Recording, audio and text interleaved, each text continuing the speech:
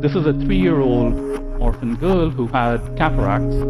So the caretakers took her to the village medicine man, and instead of suggesting to the caretakers that the girl be taken to a hospital, the person decides to burn her abdomen with red-hot iron bars to drive out the demons. The second piece of bad news will be delivered to you by neuroscientists, who will tell you that if you are older than 4 or 5 years of age, then even if you have your eye corrected, the chances of your brain learning how to see are very, very slim. Again, slim on math. When a person who is born blind has their sight repaired, they can't, at least at first, make sense of the visual information they are receiving. You have to learn how to see. Visual recognition in your brain is a complex system of subroutines, one of the many cognitive functions that form early in life and are the means by which meaning is made from sensory input. You have been building from birth interconnected pathways of inference systems in your brain, systems that efficiently interpret sensation, connection, experience, intention, meaning, and this ability extends outside of our immediate senses. These systems function to create understandings that transcend present experience. It is a mechanism, a capacity of belief. When you reference belief, it is usually meant in respect to God or the supernatural. That is one expression of belief, but that is not belief. To only acknowledge that aspect of belief is to shortchange a story that is thousands of generations long in you and connects to the deepest primal places in our minds and emotions. Beliefs are how we form our safety, our belonging, our sense of what is worth fighting for, and they accomplish this, even if they are not true. We hold beliefs about so many things. Some of them are supported by evidence, and some of them are not, or the evidence isn't available because of stigma or fear, or because it intrinsically threatens our sense of cohesion, of identity, or of survival. But there are reasons why this happens.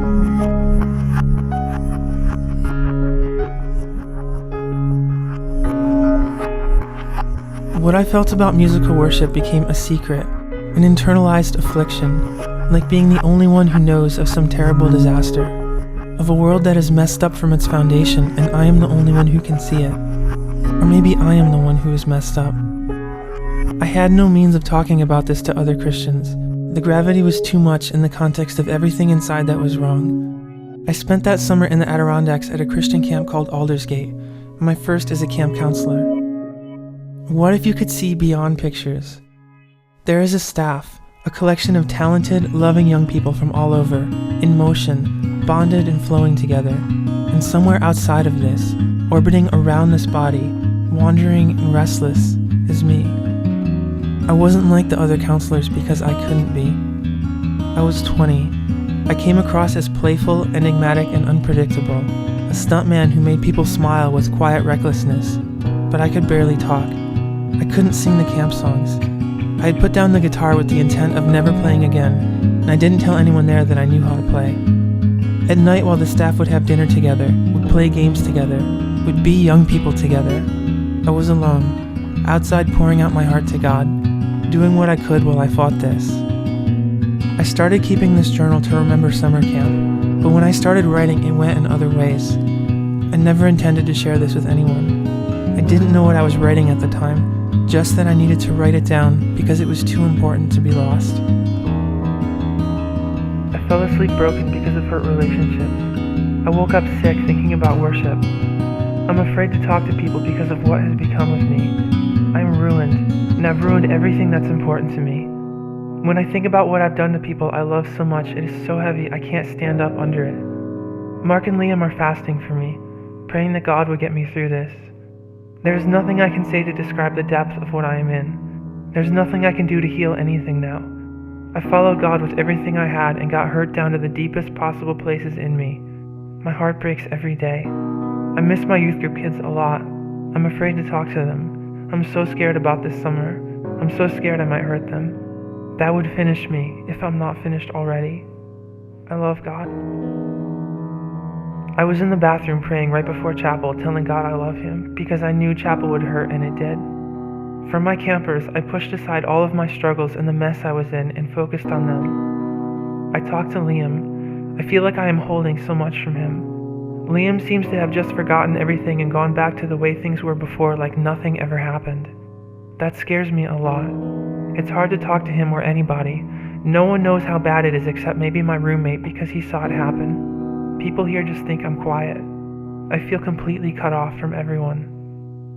On the last night with one of my groups, I shared my testimony with them and we stayed up late talking in the cabin. The others fell asleep except for one. Mike stayed up and we shared stories. I ended up explaining how to get saved and Mike said, "Wait, what do you have to do?" Which is when I suddenly broke. I loved that kid so much and I felt like I was giving him religion, and I cried a little and went to sleep. Mike might have gotten saved that night if I had kept talking to him. His heart is amazing. There are some things you don't do because you can't, because empathy compels you not to. I was living two incompatible identities. I am a Christian. It has to be okay. I want it to be. I will fight for it to be. And Christianity is not okay. It's not okay for anyone. And this split could only exist in me without colliding until the moment when I was affecting someone else. To represent or to lead others in something I couldn't believe was to violate my sense of empathy. But to say something that caused serious harm to someone else, even if it was true, did the same. When you can't lie and you can't tell the truth, you can't say anything at all. And I was painfully in love with God. We would have chapel at the start of every week. I would try to endure it, stay as long as I could, and leave in the middle and start running as fast as I could in any direction that was away. I threw my counselor name badge necklace into the woods. I never found it again. In the pictures I have from that summer, when I look at my hand, there is something subtle that shouldn't be there. My fist is always clenched, a spilling over of what I was holding inside, in perpetual crisis, shattered trust and emotional paralysis, wrapped around by conflict. It's like being bound by straps that are holding you down so you can't move, so you can't be alive. But at the same time, those same straps are what is holding you together. It's the only thing that can. Liam and I got to Potsdam around 1 a.m. and I started breaking down. I got lost on the back roads and I pulled the van over and got out. I was crying really hard. Liam looked at me as I stood in front of the van and kept telling me I needed to let go. He prayed for me and told me I needed to pray too. I couldn't. What kept going through my head was the day in April, watching the sunset, realizing it was all over. It was all gone. And now I was back in Potsdam. I went to the field alone and wept. I am the only one to blame for this. There's an aspect of a relationship with Jesus that few people have been able to express, that lodges in the deepest parts of anything you know of love and what is beautiful. If you are in Christ, if your life is informed by this kind of absolute sacrifice, of what Jesus poured out of himself and why that had to happen, and that we work so hard to lose sight and turn away from it, wrapped up in ourselves, you are the one who messes up because it's all you can. It's all you are.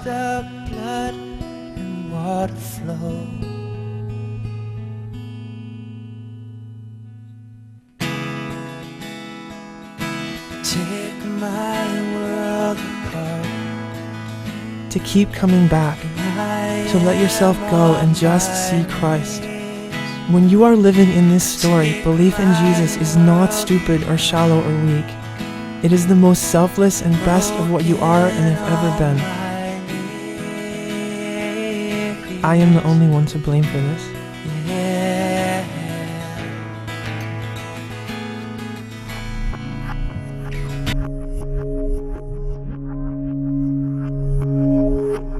Liam and I drove to the church in Potsdam. I got out of the van just in time to catch one of the youth group kids as he leapt for me, and I took my youth group to Penile for a week of Bible camp. I led Bible studies with the other leaders there. I led a worship song because the kids asked me to. It was the first time I had touched a guitar in months. A 13-year-old asked me to pray with him to receive Jesus, so I did. I was with kids that I loved, and I wanted to run away. I imagined taking off on foot, living homeless in the Adirondack towns. Liam sang a song he wrote with a friend at our open mic. It's the only time I ever heard the song, but it burned into my memory. Torn apart, shattered dreams, I'm going down. I am weak. Rescue me before I drown. I wondered if anyone else in the room understood that in the way that I did. At the campfire with the boys, I started talking about Peter, and they had to stop because I couldn't do it. I started to break down and feel like finally this thing has gone so far as to make me unable to do this anymore. And I put my head down for a little bit, and then I backed up. I told them my faith had been wrecked, and I started talking about Peter and how everything he ever hoped in fell apart. Jesus, his best friend, suddenly taken away. This wasn't supposed to happen. I was talking about myself through the story. Pastor Tom, my co-counselor, told me it was the best devotional he had ever heard, and he had heard thousands. I stayed up late with the boys, and they opened up in ways I had never seen. It is possible that happened because this was the first time they ever felt a safe opportunity to say these things.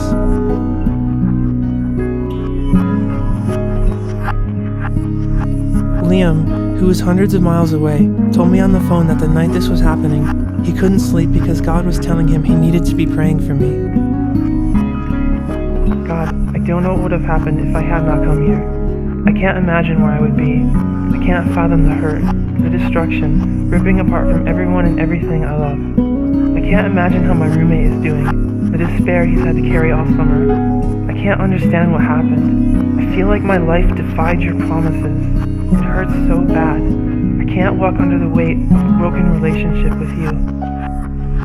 I stopped writing because I was crying and I couldn't see the paper. I'm so scared. I got an email from Paul and reading it made me sick.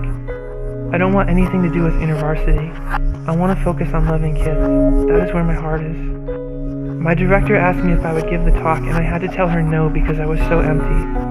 After worship, Cindy saw me and thought I was sick, and she asked if I was okay, and I said no, and she told me I had to see the nurse. I couldn't explain what was really going on, and I almost broke down on the wagon. I don't know what is going to happen when I go back to college. Wendy came to talk to me last night. I hate this. I didn't want to tell her this stuff. The whole time we were talking, I wanted to stop. I wanted to run away. I'm on the edge of losing everything. I got up to Potsdam late Saturday night. I ran in and gave everyone huge hugs. I was pretty amazingly scared. Though I didn't really realize it then, when I started talking about InterVarsity, I got really nervous and white-looking. Sunday, I went to church. I was so determined to not go back to where I was last spring. I kept pushing aside the painful thoughts. I was trying to give God everything I had. My heart was pouring out to God that day. I was amazingly scared but hoping in God. When the music started after the sermon, I started shaking. I was sitting next to a kid from youth group. I went to the back to get some communion, and a flood of emotional release just came out. Liam came over to wait by me. Later that day, I was talking to him about how I didn't know if I could play guitar anymore. I had never shared my problem with worship with him beyond the I Am conversation in April, which I cut short because it was hurting him so much. I had been holding it from him ever since because I didn't think he could take it. As I was sitting on the lawn with him, I decided I needed to be honest, so I told him how I felt. His face turned yellow. He explained to me how I had just told him his faith was not real. You have taken a strong stand against God and against God's children. He didn't understand what I meant, but at that point it didn't matter as I realized I didn't make it. I gripped my helmet and stared at the blurry ground while my eyes burned. I wanted to leave, but Liam kept talking and making it worse. When I finally got on my bike, I pointed away from Potsdam with the intent of never coming back. I rode as fast as I could, knowing that what I was doing was crazy, but it didn't matter. I was crying the whole way. It started raining, and I took refuge in a gas station for hours. A woman who worked there started talking to me and eventually convinced me to get into her truck so she could take me back to Potsdam. Imagine a moment of catastrophe, except instead of passing, the catastrophe freezes and becomes experienced in perpetuity, relentless, an infinite audio feedback loop.